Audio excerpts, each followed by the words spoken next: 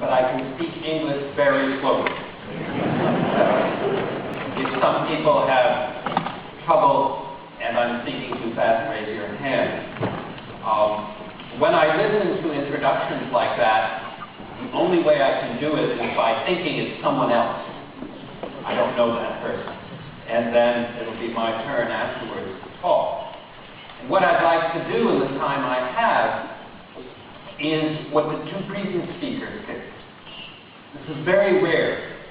In fact, I have not seen it for a long time. That two people representing civic society can get up and talk without a note, without a paper, without reading a word, without looking at a monitor, without looking at a teleprompter. And so what I heard, even though I couldn't speak the language, and I couldn't hear the tone of voice, it obviously came from the heart as well as from the mind. And so innovation, as a first step, is where the heart and mind meet. So what I'd like to do is spend a little bit of time telling you where I think new ideas come from. And then I will show you one idea, which happens to be what I've been working on, but I will show it to you from the point of view of how it is iconoclastic, how it went against all common thought, and why I think it's so important for all of us to bring up children, to raise a society where we aren't incremental, and we are contrarian, and we do ask questions all the time. I had the very good fortune of spending my whole life at MIT, which is an academic institution. And I built something called the Media Lab. It's a little bit like a foreign country. And I lived in that foreign country for about 15 years. And then when I wrote Being Digital, it wasn't that I knew something that futurists did not know. It's that I was writing a travel log. I had visited this country. I had lived in this country. So it took me 6 weeks with no notes, no previous sort of construction of a book, to assemble a travel log of ideas about the future, because the Media Lab's motto was the best way to predict the future is to invent it. And so that's what that was about, and why in 1995, when that book was published, many things turned out to be true, not because I was smart, but because the people doing the work succeeded in doing that work. And so I've always been interested in where new ideas come from, and the first answer is always that they come from differences. If you have a homogeneous society, if you have a single age group, if you have a single background, or for that matter, a single purpose, you will almost never get, ever, much innovation. And in fact, this is one of the problems that companies have in general, because clearly people in a company work for a specific corporate purpose, and they probably have, let's say, an engineering background. And when they have the opportunity to leave the company and, let's say, go to a conference, very often they go to a conference of their same peer group. So it'll be other engineers. And so you don't have, as much as you want, differences. Whereas in society we do. You have racial differences, you have age differences, you have political differences, religious differences, and all of them are very, very important. Now, incrementalism is just step by step. And if you go step by step, you miss the big opportunities. In fact, you don't even know what you have done except that it's a little more than what was before. And incrementalism is also a product of discipline. We tell people they must be disciplined, but in truth, most creative people aren't, in the normal sense, disciplined. One daydreams, one speculates. And in the end, how you look at something is more important than your IQ. There can be a lot of intelligent people in a room, but the person who you should listen to is the person who has a different perspective. Because if we look at it from this way, it actually looks very different. And then the real truth is that you must always look at everything from multiple points of view.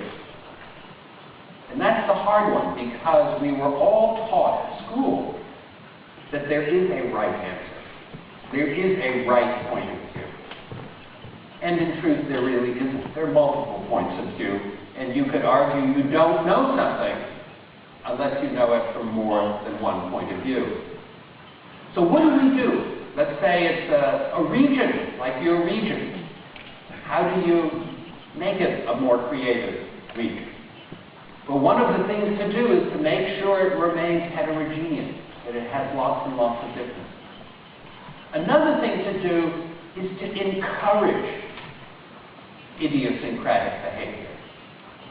There's an expression in the Far East, happens in Japan and China, I believe. Both countries use the same expression about the nail. If it sticks up, you have to hammer it down. Exactly the opposite. You want people to be iconoclastic. Obviously, within limits, you don't want anarchy, you don't want chaos, but you want the difference. And the biggest thing that you can do for your children is not to stigmatize failure. Failure is the best learning process that you can possibly have. And when Romano Prodi was the head of the EU, he asked me, what is the one thing I can do to change the EU and make it a more innovative environment? We happen to know each other from MIT. And I said, Romano, do one thing, only one thing, and that is change the bankruptcy laws. As somebody who invests as well as other things, when I found an entrepreneur who wanted to do a project, if they had gone bankrupt and failed in a previous project, that to me was more attractive. Where in some countries in Europe, if that happens to you, you are finished for the rest of your life. And so there's some very, very fundamental differences. They don't have to be that extreme, but just in school, with our children, to just encourage them to take more risk. Risk is one of the joys of life. And I remember how many people, this was particularly in Europe, were very adverse to risk. Now I say this, and I come from a totally European family, carried an EU passport, and my parents were as European as you could get. And one of the things I did when we started a magazine called Wired Magazine, about 15 years ago, was I wrote a story called Why Europe is So Unwired. And my father was alive at the time, and he really didn't like the story. And so I was visiting him at Christmas. They were living in Switzerland at the time. And he said to me at dinner, he said, you know, that story was all wrong. Now, we had a rather formal relationship. And I said, well, let's talk about it after dinner. So after dinner, we went through the story. It had bullet points. And the first bullet point was there was too much centralism, and that a wired and innovative society needed to be much more decentralized. He said, no, we're very decentralized in Europe, and centralism is not an issue.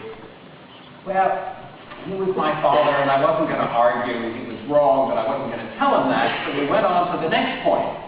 And the next point was that there wasn't any risk capital, that there wasn't a propensity to take risks. And he said, no, my banker friends in Brussels all take risk, and they have, an attitude toward risk. And I said, no, this is not going to go anywhere. So I went through all the points, and the last point, was Europeans don't listen to their young. And he looked at me and said, why should we? And we both laughed, and point B, that is also very much part of it. When people look to the United States and they say, boy, it's so encouraging of entrepreneurship, well, one of the reasons is we listen to our young much more than has traditionally been the case in Europe and other countries. So, having said that, I'm going to describe a particular project that I've been doing, and it's occupied me 150% of my time in the past 4 years, but it goes way back. It goes back to 1968. I was a young faculty member at MIT, and a man named Seymour Papert had come to Switzerland, where he was working with Jean Piaget, and had come to MIT to be one of the 2 co-directors of the Artificial Intelligence Laboratory. And Seymour's interest was how children learn. And he made an observation in 1968 that if children, 6, 7, young children, were able to write computer programs, that would be the closest that a child could come to thinking about thinking. And what's so important about writing a program is that it never works the first time. And so it does something, but it's not what you wanted it to do. So you look at what it did, you go back, you correct the program, and finally you get it to do what you wanted it to do. And that process is called debugging. And debugging is, in fact, the closest you can come to learning about learning. Now, this may sound very abstract, but the picture on the screen, quite a bit later, 1982, is a child outside of Dakar, in Senegal, who doesn't speak English or French, just speaks Wolof, who was using an Apple II computer that we had started to put in that particular district before the IBM PC existed. There was no Microsoft, there was no PC. And what we learned when we were doing this project way back then, we were also doing it in Pakistan and Colombia, was that these children played with those laptops like pianos. There was no difference between that child and a child in suburban United States. Now, those projects didn't get much traction. It was before the internet was available to accept a very few number of people, and it certainly didn't reach into Africa, most of Asia, and South America.